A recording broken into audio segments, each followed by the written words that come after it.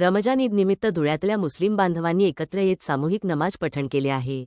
मौलवी अहमद कासमी यांच्या प्रमुख उपस्थितीत शहरातल्या चाळीसगाव रोड भागातील मोमीन कब्रस्तान येथे सकाळी 8:15 वाजता सामूहिक नमाज पठण झालं आहे. नमाज पठण करण्यासाठी मुस्लिम बांधवांनी मोठ्या संख्येने गर्दी केली होती. देशात शांतता, बंधुभाव टिकण्यासह जागतिक स्तरावरील युद्ध थांबवण्यासाठी मुस्लिम बांधवांनी अल्लाहकडे प्रार्थना केली आहे. नमाज पठण झाल्यानंतर सर्वच मुस्लिम बांधवांनी एकमेकांची गळा भेट घेत रमजान ईदच्या शुभेच्छा दिल्या आहे.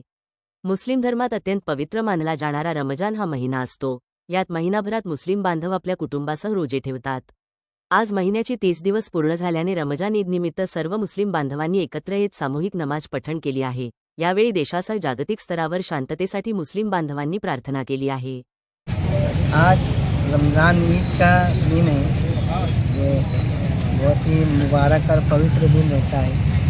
ये तमाम मुसलमान रमज़ान के रोज़े मुकम्मल होने की खुशी में इधर त्यौहार के तौर पर मनाते हैं आज का दिन।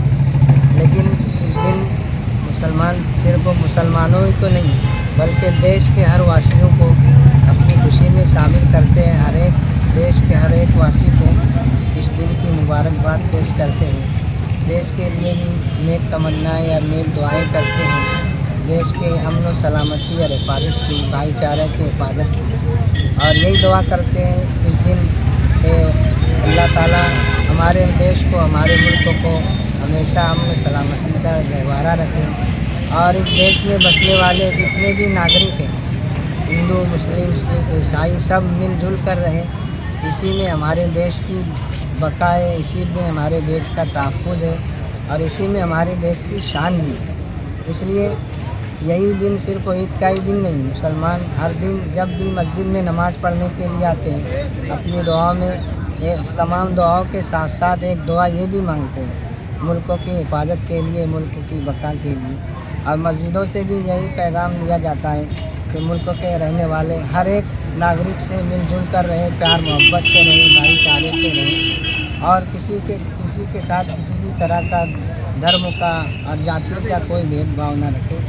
यही दुआ हर मुसलमान करते हैं और यही पैगाम मुसलमानों के जो धर्म गुरु है यही देते हैं।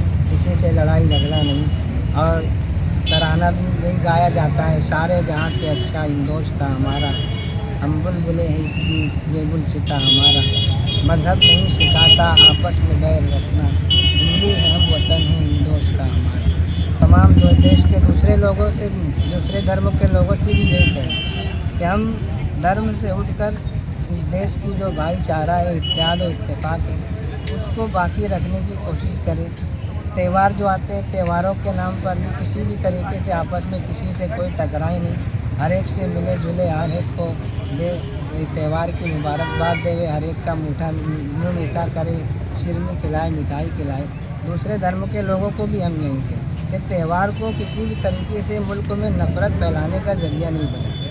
ठीक है। फिर जब से शुरू है, जब से हम ये बात, इस्लाम मज़हब तो यही सिखाता है कि कोई भी मुल्क को कहो, किसी भी तरह के कहाँ के भी रहने वाले हैं, वो आपस में लड़ेंगे, भिड़ेंगे, जंग करेंगे, इसमें सिवाय देश के नागरिकों के नुकसान के और कुछ हासिल नहीं। उसमें बेगुनाह लोगों की जान जाती है, जो असल मुजरिम रहते हैं वो बच जाते हैं, वो महफूज रहते हैं। मासूम शहरी, मासूम मुल्क के लोग मारे जाते हैं। फिर देश की चीज़ें तबाह होती हैं, महंगाई बढ़ती है, फिर लोग दूसरे आम नागरिक हैं उन्हीं को तकलीफ होती है। इसलिए हर देश का हर आम नागरिक यही चाहता है कि किसी भी मुल्क की, किसी भी मुल्क से जंग ना, और कोई मुल्क किसी के ऊपर जुल्म ज़्यादती ना करे।